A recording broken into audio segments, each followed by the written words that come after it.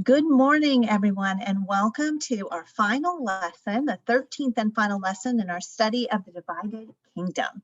We remember when we started these studies, and for some of you, this was way back in Joshua. Some of you have been here as we have walked through this section of the Hebrew Bible called the former prophets, that we would call the history books, right? Joshua, Judges, through Samuel, and then we saw Saul, David, Solomon, through this whole story of the divided kingdom. And just think about that long part of history. When did this all have to be written?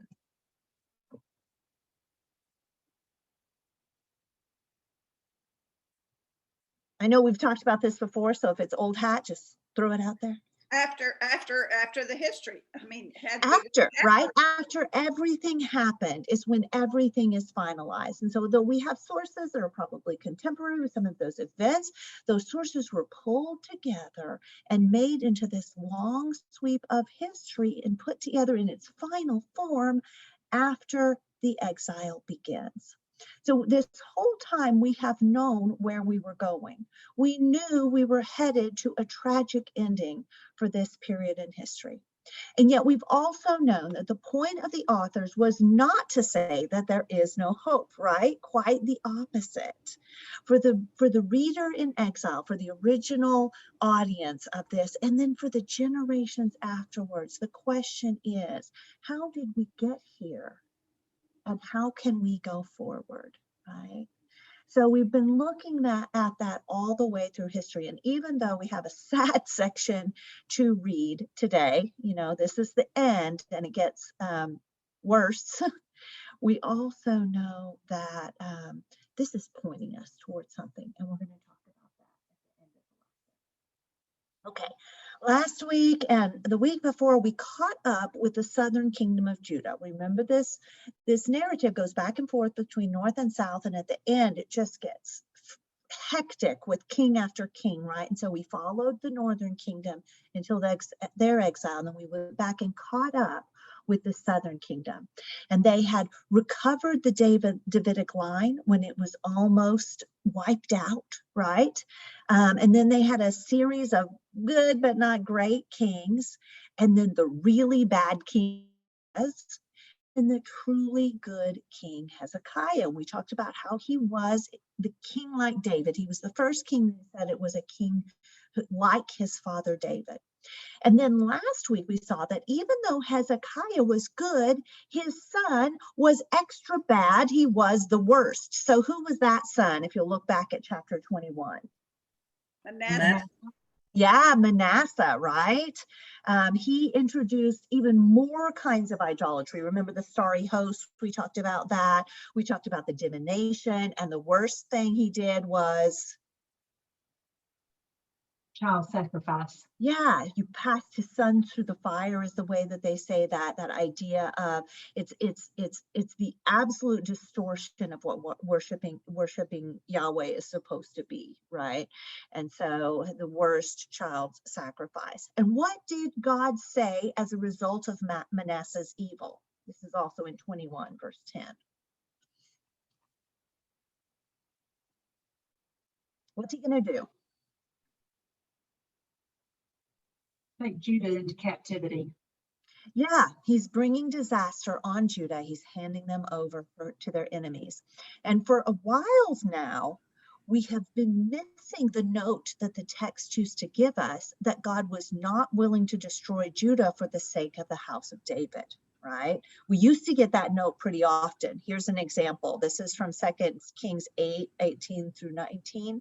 And it's when the house of Judah married into the house of Ahab. And that was really not good, right? Listen to this. Talking about the son. He walked in the ways of the kings of Israel. This is the king of Judah, but he's acting like a king of Israel, just as the house of Ahab had done, for Ahab's father was his wife, and he did evil in the sight of the Lord. However, this is the note we used to get over and over. The Lord did not want to destroy Judah for the sake of David, his servant, since he had promised to give him a lamp through his sons always. But now, in the word against Manasseh, nothing, right? So what are we thinking as a reader? What are we worried? What are we thinking about the house of David? Maybe on its way out. Yeah, maybe there's no more house of David. Maybe God's going to destroy it. There's no mention of it in this prophecy. There's no point saying that he's going to save it or make a remnant.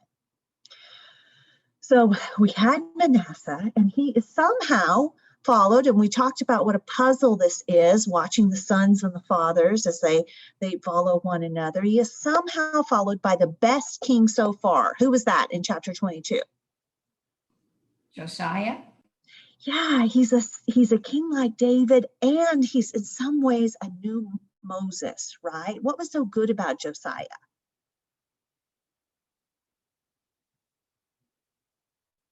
He went back to the book of the law. Yeah, remember they found the book of the law, which maybe they had hidden, right? Because it was Manasseh had filled Jerusalem with innocent blood from one end to the other, and we know that was people who were giving the word of the Lord against him, and maybe other people too, but we know it was definitely the prophets.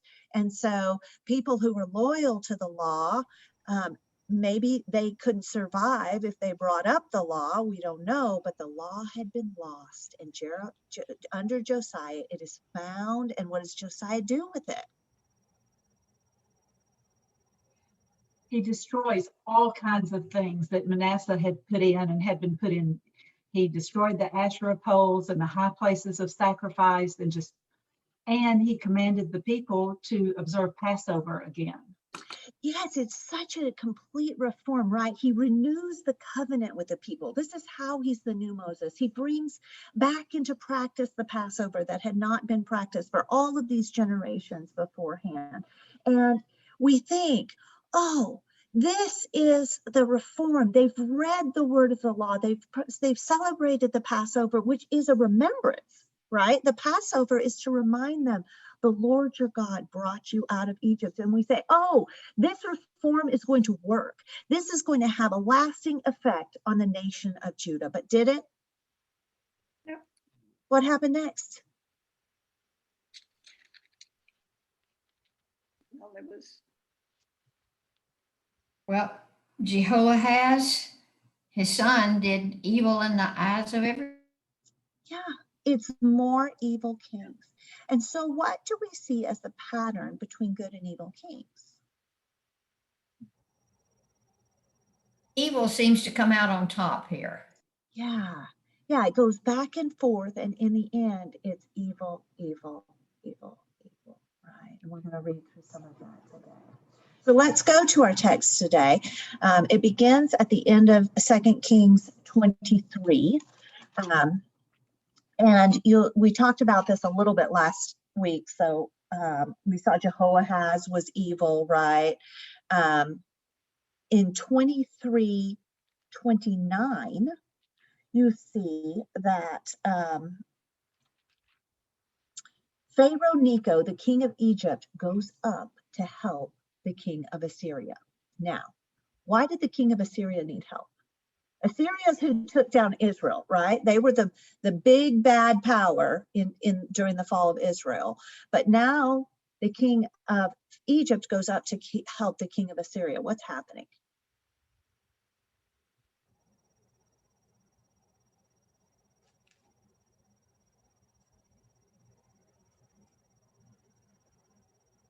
Who's the next power? Egypt. Okay, Egypt remains up and down as a power, and Egypt is influential, and so they think they can help Assyria, but Assyria at this time is being taken apart by the next power that will be the main player. Talk about the Babylon. Babylon, Yeah, right? That's right. During this period, in the background, the historical background, we see that Babylon is rising and taking down Assyria. And Josiah, who was our good king, goes and tries to participate. He's not a match for any of these, and he is killed. So his son is evil. Pharaoh is the power who puts the next one on the throne. He changes his name. Why are these foreign powers keep changing the king's names? This happens several times in today's reading. Well, I wonder if that's because they have the power to do that, and they also don't want the people to be following the former name. They want a new name because that's the power of the pharaohs. Exactly. This is a way of asserting their dominance. And Babylon does it too. It's a way of saying, like, yeah, you have your king, but I'm in charge of your king, right? And so, yes, he puts him on the throne. Necho requires a heavy tribute so that Jehoiakim has to tax the people to pay the tribute. And now we come to chapter 24. Lael, would you read verses 1 through 7 of 2 Kings 24? Yes. During Jehoiakim's reign, Nebuchadnezzar, the king of Babylon, invaded the land, and Jehoiakim became his vassal for 3 years. But then he turned against Nebuchadnezzar and rebelled. The Lord sent Babylonian, Aramean, Moabite, Ammonite raiders against him to destroy Judah in accordance with the word of the Lord proclaimed by his servants and prophets. Surely these things happened to Judah according to the Lord's command in order to remove them from his presence because of the sins of Manasseh and all he had done, including shedding of innocent blood. For he had filled Jerusalem with innocent blood, and the Lord was not willing to forgive. As the other events of Jehoiakim's reign and all he did, are they not written in the book of annals of the king of Judah? Jehoiakim rested with his ancestors, and Jehoiachin, his son, succeeded him as king. The king of Egypt did not march out from his own country again because the king of Babylon had taken all his territory from the Wadi of Egypt to the Euphrates River. Okay, thank you.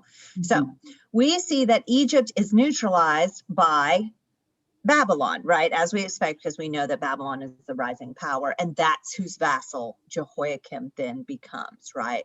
But what happens to change the equilibrium and bring disaster? Verse 1.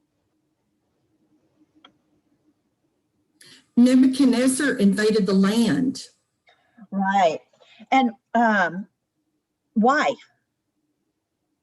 Jehoiakim was his vassal, but then what happens? He rebelled. Rebel. He rebelled, right? This is the mini version of what's going to happen later with Zedekiah, right? We notice the pattern, right? He rebelled against Babylon. So that would mean he would try to break away from the control of Babylon, break away from paying them tribute. So even though the text is quite clear that this is the Lord's doing, we see that the mistakes of the king also play into the sequence of events, right? And so Babylon and these other nations send raids against Judah, and they're slowly destroy it.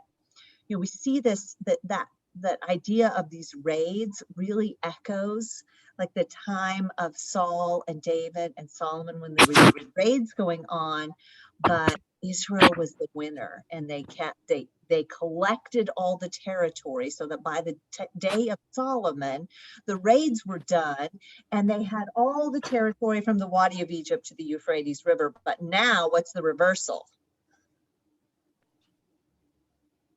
Who has all that territory? Babylon. Right. So this text is really flipping that Solomonic script, right? Everything's going in reverse. One interesting thing to note is that the prophets are very active during this time. When we go through Jeremiah, Ezekiel, we see that these are the kings that are reigning when they are doing their prophetic work, right? And so they're mentioned again and again. Jeremiah 26 tells us that Jehoiakim murdered the prophet Uriah. It tells us that Jehoiakim's reign was one of dishonesty, oppression, and injustice. Jeremiah calls him out for that. You can read in there's fascinating story in Jeremiah 36, because God tells Jeremiah to write down all his prophecies. And you're like, oh, look how we got the book of Jeremiah. And so Jeremiah goes and hires a scribe, and he tells his prophecies to the scribe, and the scribe writes them down and collects them. An interesting note about how the Bible, is cooperative effort, how it pulls together these groups that they write things down. So the scribe writes it down, and then they take it and they start reading it to people. But when it's sent to the king to be read, and this would be King Jehoiakim,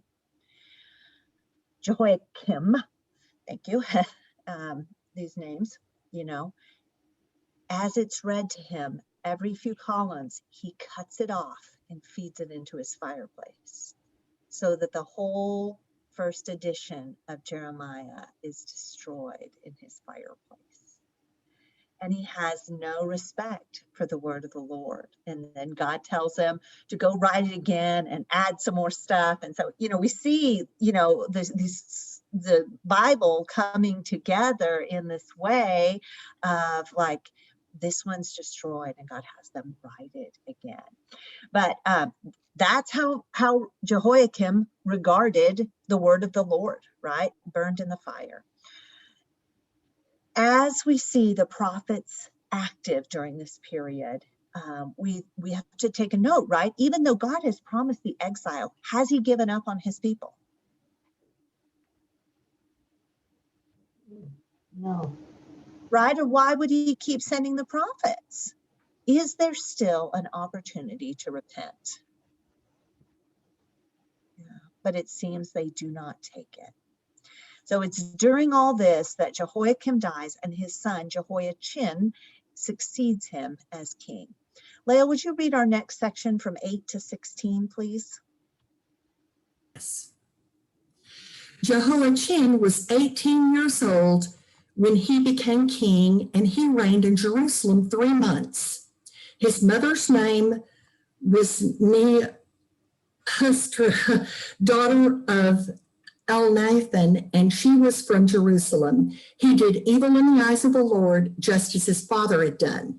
At that time, the officers of Nebuchadnezzar, king of Babylon, advanced on Jerusalem and laid siege to it.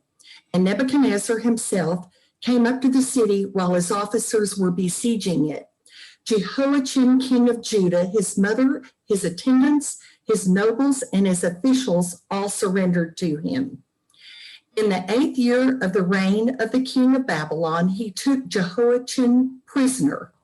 As the Lord had declared, Nebuchadnezzar removed the treasures from the temple of the Lord and from the royal palace and cut up the gold articles that Solomon, king of Israel, had made for the temple of the Lord. He carried all of Jerusalem into exile, all of the officers and fighting men, and all the skilled workers and artisans, a total of 10,000. Only the poorest people of the land were left. Nebuchadnezzar took Jehoiachin captive to Babylon. He also took from Jerusalem to Babylon the king's mother, his wives, his officials, and the prominent people of the land.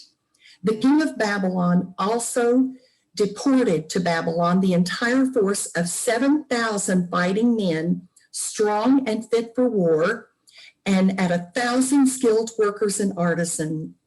He made Mattaniah, Jehoiachin's uncle, king in his place and changed his name to Zedekiah. Thank you. Okay, so Jehoiakim rebels and Jehoiachin pays the price, right? He succeeds to king at the time that Babylon has already committed to attack. And so he's in power at the time of the siege. And what does Jehoiachin do? How does he end the siege? He surrenders. Yeah, it says literally that he went out to the king of Babylon. So I had a note to talk about that meant surrendering, but then I see that the NIV actually translates it as surrendering. So it's quite clear, and what happens to Jehoiachin after he surrenders? He's taken back to Babylon. Yeah, along with the royal family. and he's put into prison, right? And so he stays there. And now what's happening with Solomon's gold? It's being taken from the temple. Right. So during the time of Solomon, we saw people were bringing gold and precious artifacts. Everything flowed into the temple. And here, right, it's the reverse. Everything is flowing out. It's going to Babylon. It's being taken to the conquerors. And it's a reversal of the people of Israel. You know, they were rescued from Egypt and coming into the land in victory. And now they're forced out in defeat. So look at this starting in verse 17. Notice again, who determined who would be king? Who picked the king? The Babylonian king. Right. How do we know that name? Where does Nebuchadnezzar appear elsewhere?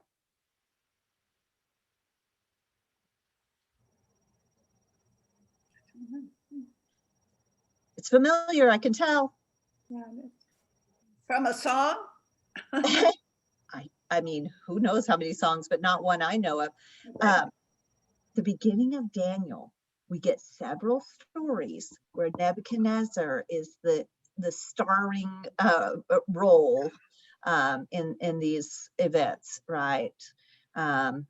Nebuchadnezzar is king during that early Daniel period. And so we meet him and learn more about him in Daniel 1 through 4. Okay, so Nebuchadnezzar has chosen the new king. He's changed his name. That's his dominance, right? He has all the control. And so Zedekiah is the new king. He is Jehoiakim's brother, so meaning he is Josiah's son, right? We've gone back a couple of generations. And I mentioned that the prophets are very active in this period. Zedekiah is all over the book of Jeremiah. He also shows up in Ezekiel. We learn in those books that Zedekiah swore allegiance to Nebuchadnezzar. And at one point he sent envoys to Babylon, and he even visited Babylon himself as a vassal king. That story is in Jeremiah 51.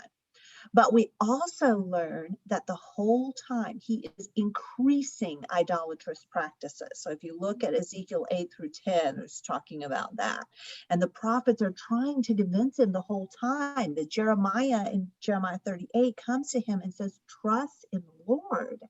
Don't trust in Egypt. Don't try to rebel. Don't do something against the king of Babylon. That's not going to work for you. But he refuses to trust in the Lord. So he reigns for 11 years, but near the end of this time, he's going to rebel, right? Kings doesn't tell us why, but the prophets do. We know from historically that a new ambitious Pharaoh comes to power in Egypt in 589 BC and marches out against Babylon. And at the same time, there is this pro-Egyptian anti-Babylon, like Egypt can rescue us from Babylon, faction in Jerusalem. You can read about that in Jeremiah 37. And it seems that Zedekiah thought Egypt was going to save him. Now, by this time, we can tell from the pattern. How's that going to go for Zedekiah? Not well. No, Egypt is not going to be able to save him, right? And why? Verse 20. It was because of the Lord's anger that all this happened to Jerusalem and Judah, and in the end, he thrust them from his presence, right? Doesn't that have the same ring of the land vomiting out the people before because of their evil, right? And he thrusts them from his presence. So we get that this is the Lord's doing, and it's because Zedekiah is unwilling to turn, and God is still asking him to turn around. We see it in Jeremiah. But he's unwilling to trust in the Lord. So Lael, read us our long section from 25, 1 through 21, please. Now Zedekiah rebelled against the king of Babylon. So in the 9th year of Zedekiah's reign, on the 10th day of the 10th month, Nebuchadnezzar, the king of Babylon, marched against Jerusalem with his whole army. He encamped outside the city and built siege works all around it. The city was kept under siege until the 11th year of King Zedekiah.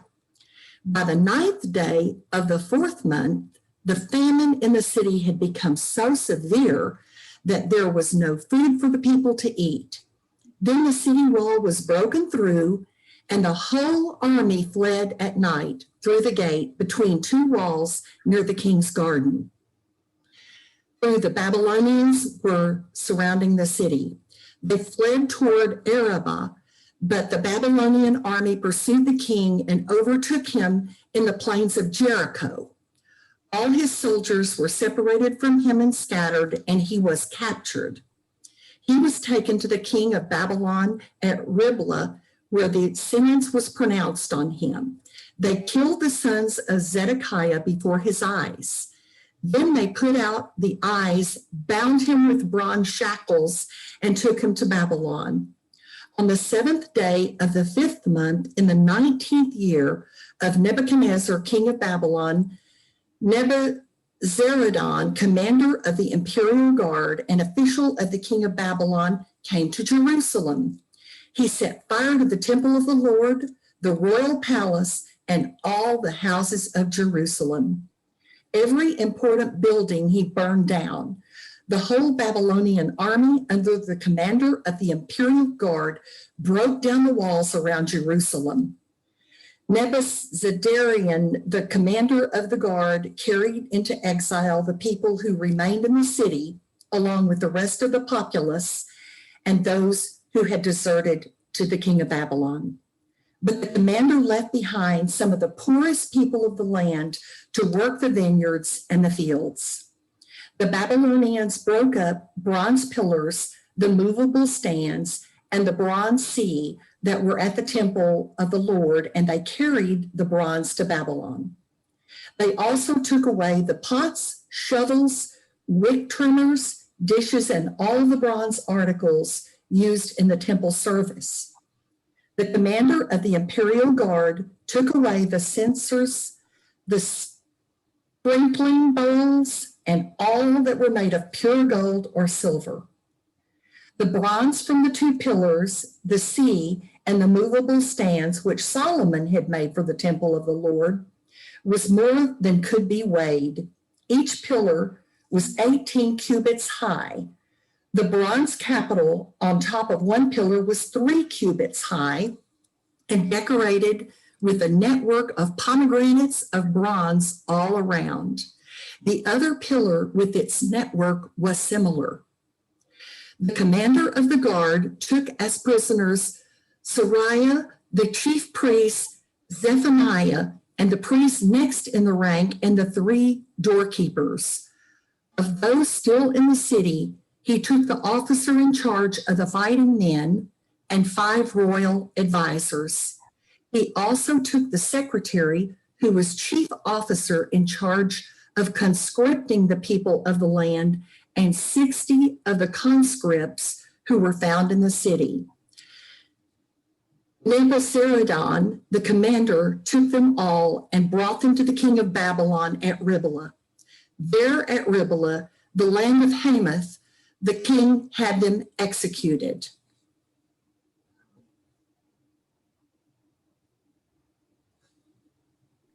Thank you.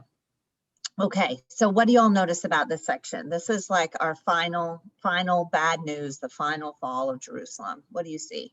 It just gets worse. It's sad. They didn't really do what God wanted them to. Yeah. Anybody or had anything was done away with. Only the so very poor complete. were left. Right, very complete. Mary, what were you saying? That's what he said. I tried to subdue you before, you rebelled. So this time I'm just taking care of everything. I'm tearing down the temple, tearing down the walls, taking everybody who could possibly rebel. Yeah, this is the 3rd siege of Jerusalem. And there were 3 sieges of Samaria, and the 3rd one was the final and complete one. This is the 3rd and final complete destruction of Jerusalem. Why do you suppose we get these details about the pieces of the temple?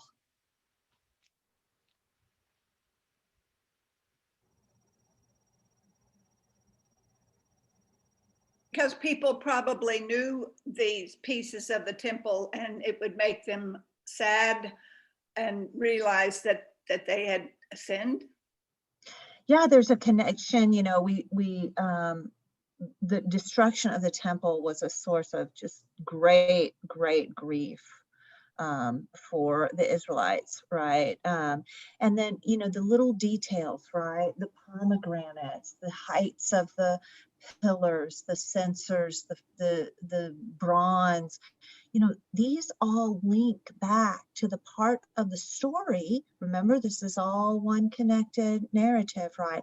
Where they're building the temple, where they add these details, where the symbolism is of God and his provision, right? This is all the place where heaven meets earth, where God dwells. And so God's presence is being dismantled in Jerusalem, right? The glory of God is turning to dust before their eyes, right? Because of their sin.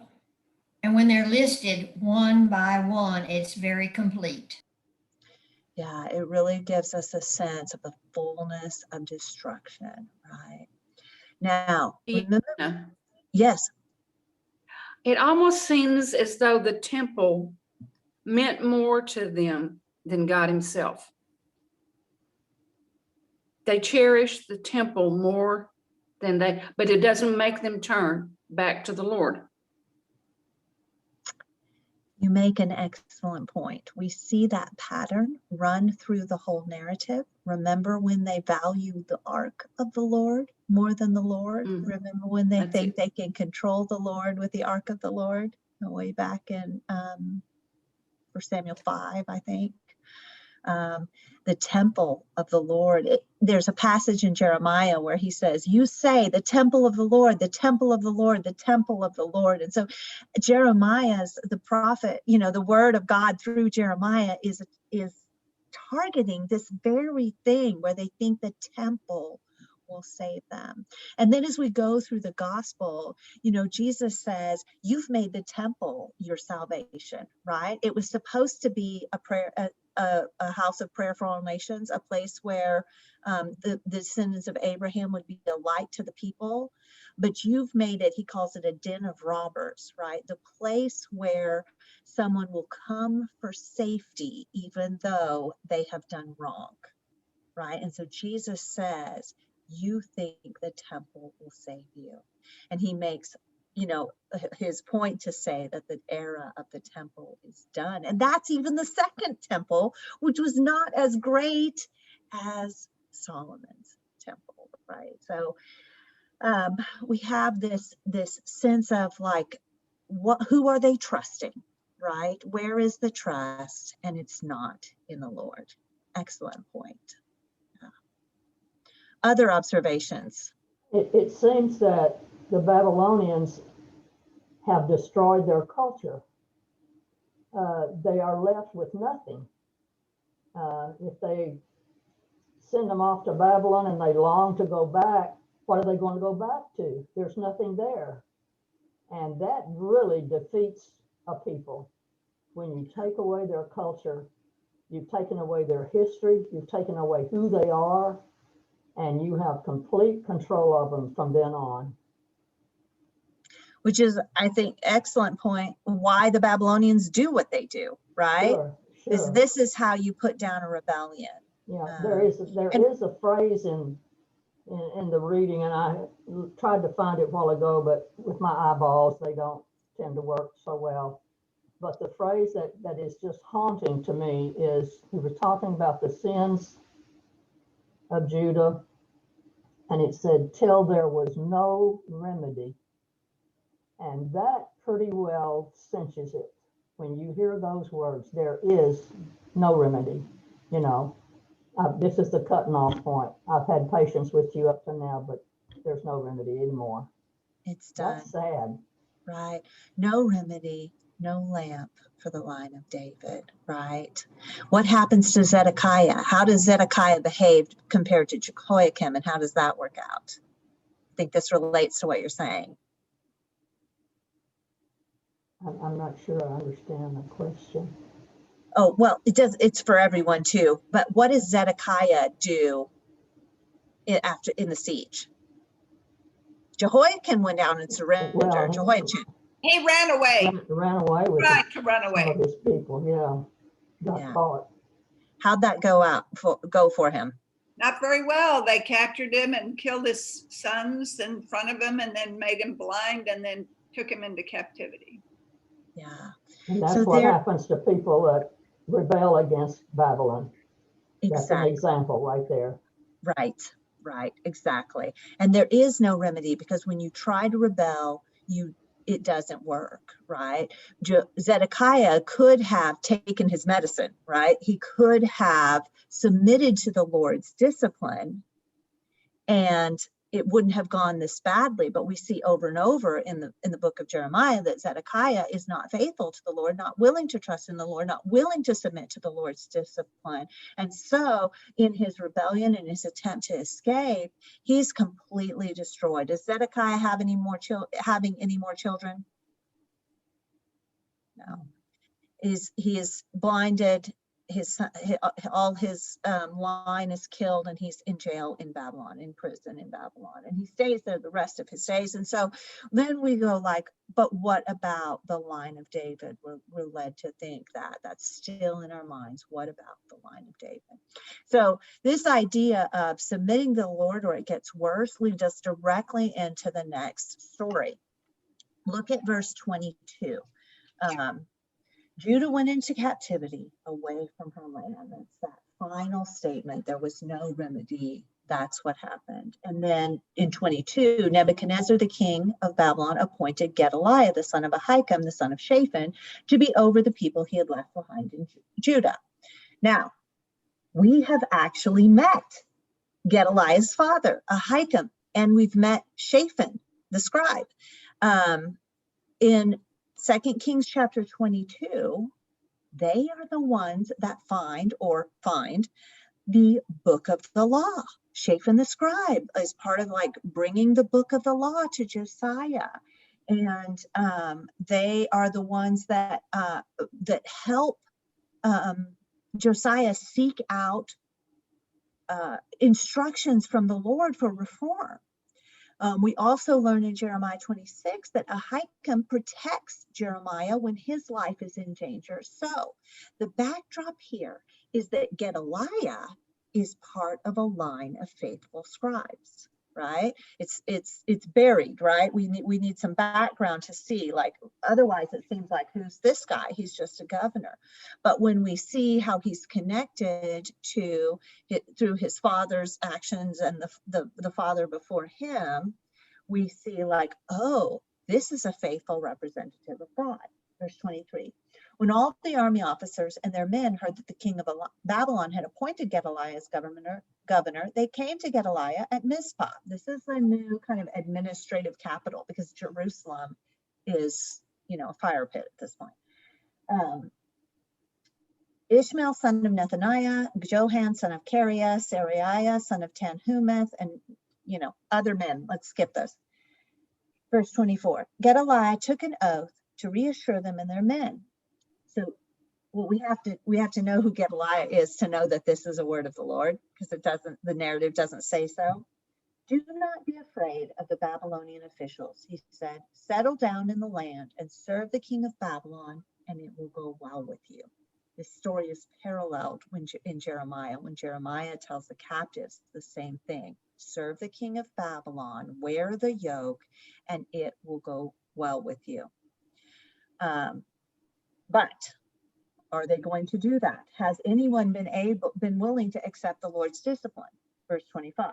In the 7th month, however, Ishmael, son of Nethaniah, the son of Elishama, who was of royal blood, came with 10 men and assassinated Gedaliah, and also the men of Judah and the Babylonians who were with him at Mizpah.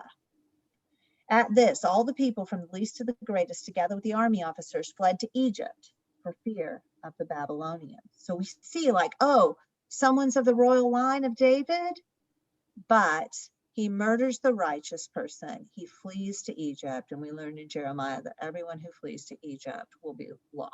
They will all die and they will never see their land again. So we come to like the final little ending on a period that has been a huge downhill slide into disaster, right? The final king of Judah was Zedekiah. The city and the temple are completely destroyed. Zedekiah and his line is destroyed. And the dreadful thought is, has the line of David been destroyed? Has God withdrawn the lamp that he promised to the house of David? Is there nothing left, right? And we remember when we started these studies, right, that we said this is a theological history from the perspective of the who? The line of David. The line of Priest. David is a huge element. What'd you say, Anne? I was just going to say the priests and the prophets. The prophets, yeah, from the perspective of the prophets. So we look from the whole story, and we say, what was the point, right? The whole story, it goes from Joshua through their whole time in the land. We get the final downfall. We don't know what will happen with David. What was the point of this whole story? What is y'all's thought?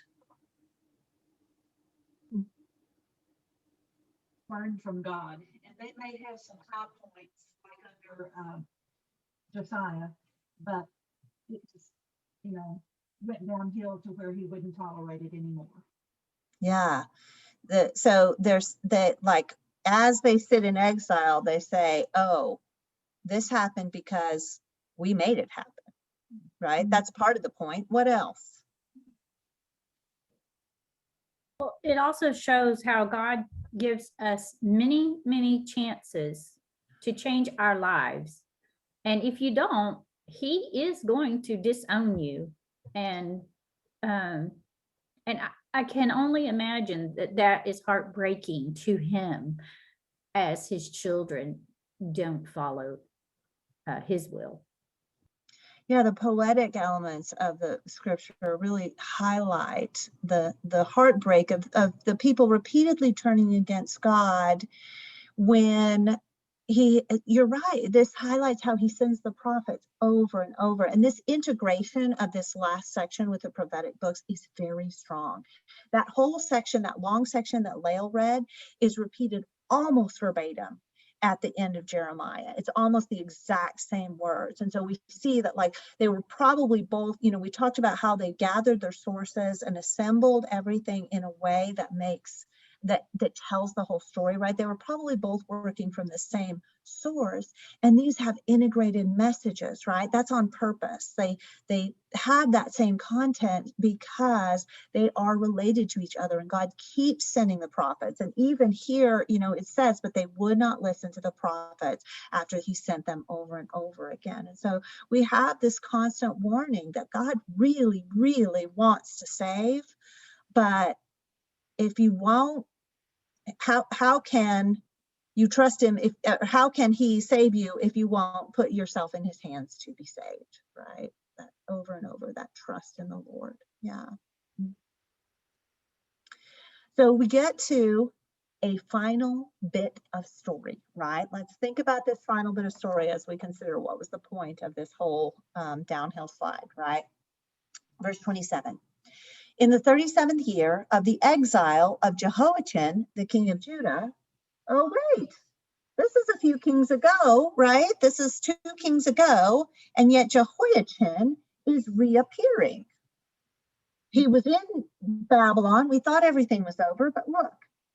In the year Evil-Merodach became king of Babylon, he released Jehoiachin from prison on the 27th day of the 12th month, and he spoke kindly to him, and he gave him a seat of honor, higher than those other kings who were with him in Babylon. So Jehoiachin put aside his prison clothes, and for the rest of his life, he ate regularly at the king's table. And day by day, the king gave Jehoiachin a regular allowance as long as he lived. What does this section mean?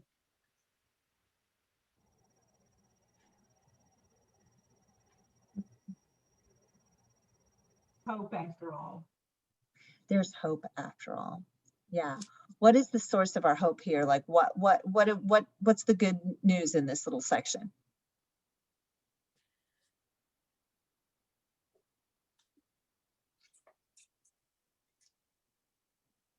Oh, God. The line of David will continue. Yes, we have a royal king, a king of the line of David. Here's a descendant of David. And what's his new status? How's he living now? Like a king.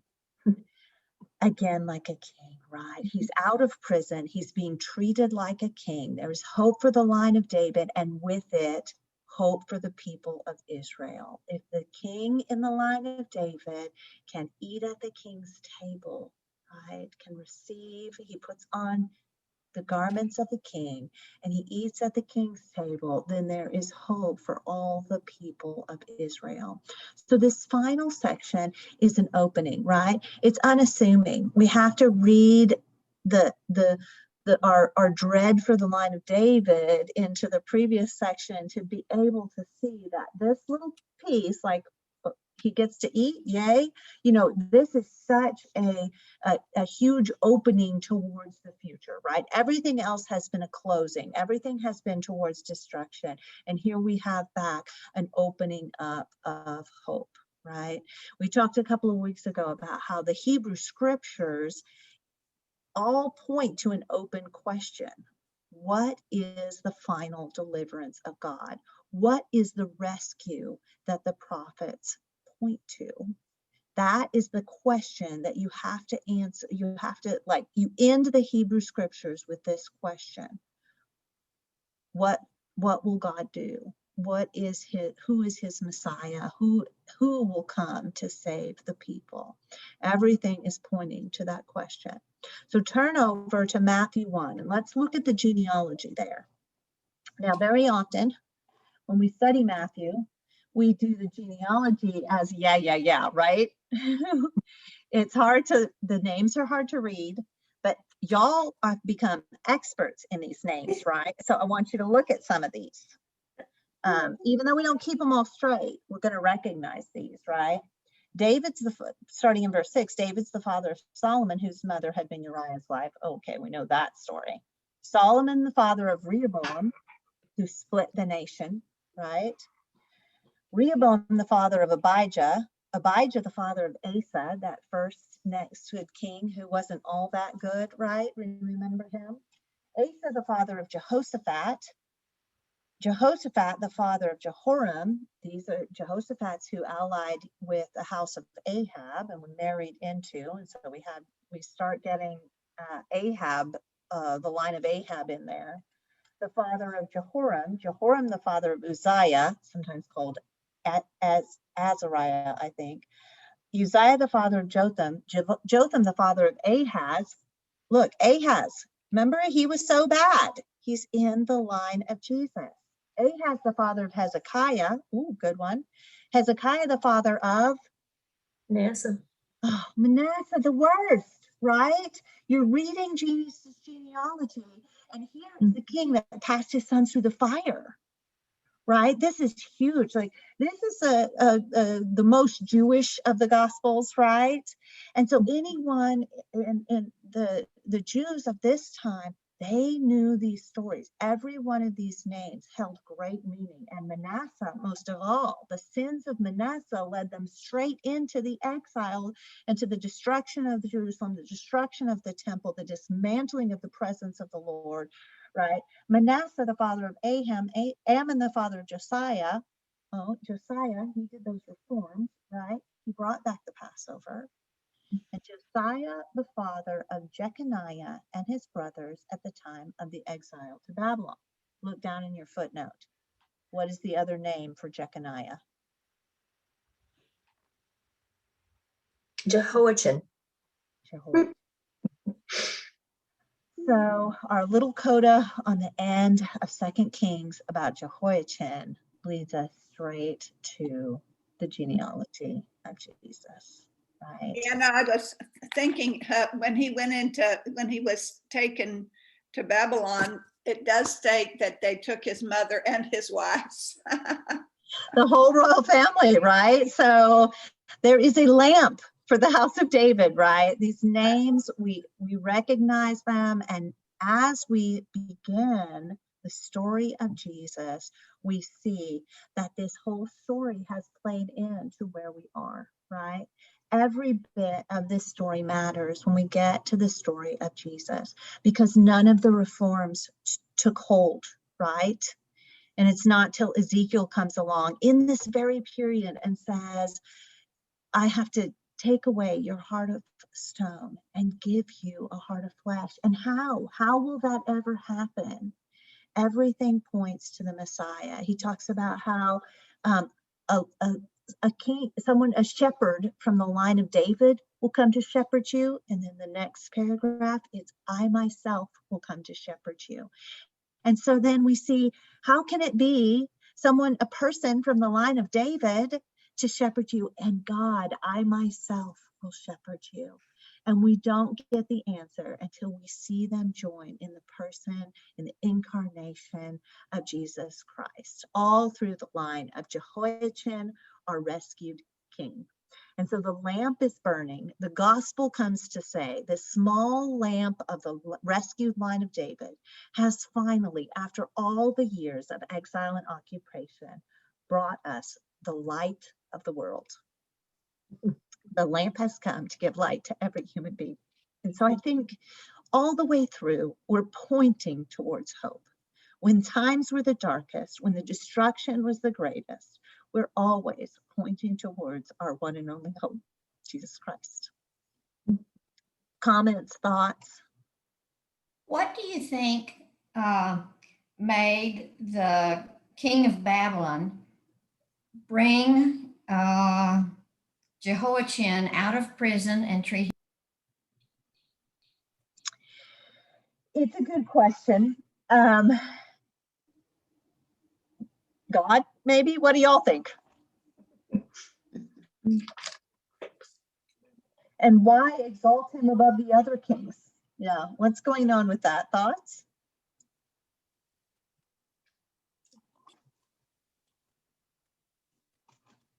Is this one of the mysterious ways that God works? I think so. I think that's what we see. And, as we read some of these other passages, particularly Daniel, we see that, and this is in Jeremiah as well, where the prophetic word of the Lord goes to the kings of Babylon as well. And some of their downfall is God's work for their arrogance and their cruelty. And so, even though we have a story that is focused on the line of Israel, it is a story that in the background, how you get if you read a memoir, I just read the most delightful little memoir of a restaurant critic, right? But in this, it's a section of her life. And, in the background are the other elements of her life. And so we have that here in the scriptures where we have the story of the people of Israel. And yet we have a God of Israel who is also the God of all the nations of the entire world. And so all the way through, we get little tantalizing bits of how God is working in the other nations at the same time as he is working in Israel. And always God's choices of one people, one person, or one nation in scripture, they're always for the sake of drawing all people to himself. When God chooses Israel, he doesn't choose Israel against the nations. He chooses Israel for the sake of drawing the nations unto himself. And we see that all the way through. And so I think we're seeing that with Babylon as well. And so that we only get some little windows into how God interacts with Babylon, and yet we know that he does. Great point. Yeah, I like that question. What else? Dia. Well, I was just curious about the Assyrian Empire. Was it totally taken over by Babylon and therefore never was strong again? I think so. I would have to do some more history homework to remember how, do they keep, Nineveh had fallen by this point. Nineveh being their capital. We think of bad prophet that runs away, Jonah, as as going to Nineveh to call them to repentance. Another one of those little hints that God is working everywhere. But by this point in history, we talked about, many generations ago that, oh, this is the time of Jonah, because at this point, the Assyrian capital Nineveh has already fallen. And I don't know if there's a little remnant of the Assyrian Empire that remains or not. I'm not sure. Well, for a while, Babylon sort of had their territory was kind of in the south, the southern part, and Syria was up at the northern edges. Yeah. They were kind of buddies, political buddies, I guess you could say. Buddies turned rivals. Yeah, the history of Babylon is long. This is a nation that we get little bits about, very, very early, even in Genesis. And so, they exist for a long time, but this is the period where they really rise to power and take apart, and then they themselves are taken apart by the Persians. Right, So Medes and the Persians. And we see that sequence of empires in some of Daniel's prophecies, where it's going to be like that statue. Fall. Yes. Yeah, exactly. One falls to another until we get to Rome. Yeah. And we get the clear message that God is in control of all of that, right? Jehoiakim was an evil king of Judah, but it says that he was in prison for 37 years in Babylon. You wonder if in those 37 years he had time to reflect, and maybe he turned out a little bit better in the end of his life than he did at the beginning.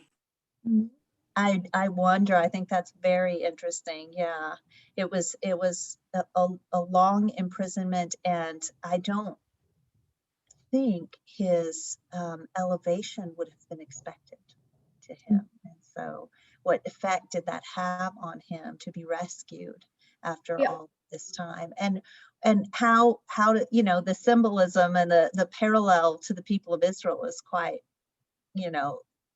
striking, right? That after all of this time of imprisonment, will they yet be rescued?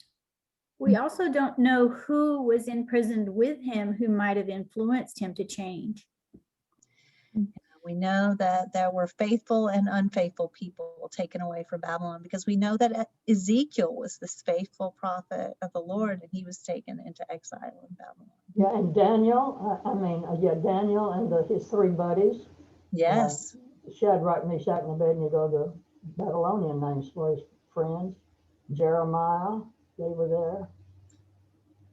Jeremiah left in the land, but yes, yeah, absolutely. And Jeremiah sends a message to the captives in Babylon to tell them to trust in the Lord. Yeah. Thank you all. I have enjoyed this series, even though the names and the ups and downs, and sometimes it's bloody. We've had all of that, and yet I think it's so valuable for us to see the history, the theological history that God provided for us, that he wanted in his scriptures throughout this whole period. And I've enjoyed this study very much. I'm looking forward to our next one in the fall. And it is not too late to send me feedback on studies that you're longing to do. So don't forget to do that if you want to. Thank you. Thank you, Deanna. Thank you so much. Prayer. Are there any prayer concerns that you all have?